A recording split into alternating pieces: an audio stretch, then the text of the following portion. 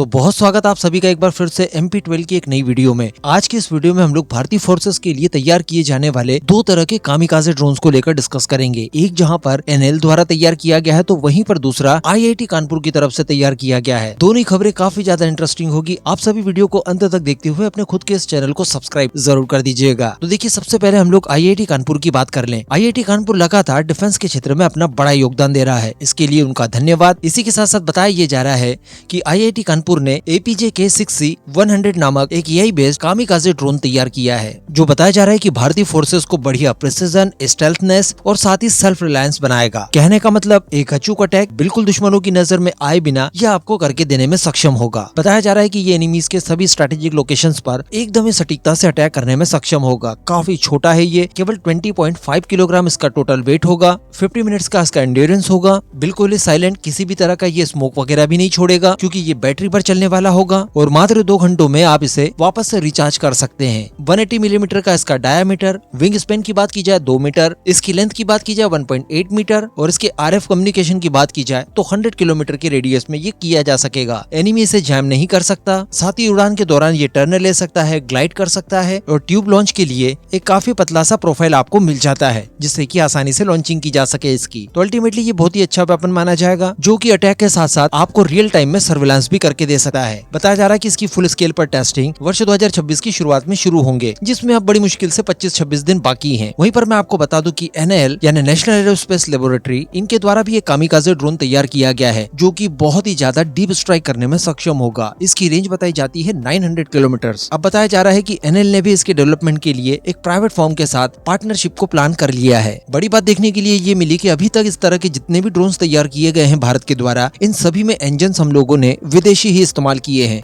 लेकिन ये पहला ऐसा ड्रोन होगा जिसके अंदर हमने हमारा स्वदेशी इंजन इस्तेमाल किया है, जिससे कि पूर्ण स्तर पर इसका स्वदेशीकरण किया जा सका है। बताया जा रहा है कि NL ने इस तरह के प्रोजेक्ट के लिए पहली बार किसी प्राइवेट फर्म के साथ पार्टनरशिप को प्लान किया है, जिसमें NL के ही वेंकर इंजन का इस्तेमाल किया जाएगा। ये काफी लंबी दूरी पर और काफी सटीकता के साथ अटैक करने में सक्षम होगा, जिसे आप क्रूज मिसाइल के विकल्प के तौर पर इस्तेमाल कर सकते हैं, क्योंकि जो वेंकर इंजन इसके अंदर इस्तेमाल किया जाएगा उसका यूज भी आप अमूमन क्रूज मिसाइल्स को तैयार करने में ही करते हैं। इस ड्रोन की टोटल एंड्योरेंस 9 घंटे बताई जाती है। इसके वजन की बात की जाए तो 150 किलोग्राम है। साथ ही इसके मैक्सिमम एल्टीट्यूड की बात की जाए तो वो 5 किलोमीटर होगा। ये भी एनिमीज के रडार की पकड़ में नहीं आएगा। काफी कम RCS है इसका। साथ ही ये उन जगहों पर भी काम करने में सक्षम होगा जहां पर GPS सिग्नल्स आपको नहीं मिलते। रियल टाइम में ही ये खुद अपना टारगेट को पहचान पाएगा और किसी भी कॉन्फ्लिक्ट की कंडीशन में ये आपको एक भारी एज दे सकता है, जैसा कि हम लोगों ने ऑपरेशन सिंदूर में भी देखा कि वहां पर हम लोगों ने कामिकाज़े ड्रोन्स के जरिए पाकिस्तान के एयर डिफेंस सिस्टम्स को सैचुरेट किया था। मैं आपको बता दूं कि NL द्वारा इस ड्रोन को तैयार करने के लिए SDAL के साथ पार्टनरशिप की है, यानी solar defence and aerospace limited. अब इस तरह के ड्रोन्स जब घर पर तैयार हो जाएंगे तो हमें किसी भी परिस्थिति में विदेशी ड्रोन्स की आवश्यकता नहीं होगी।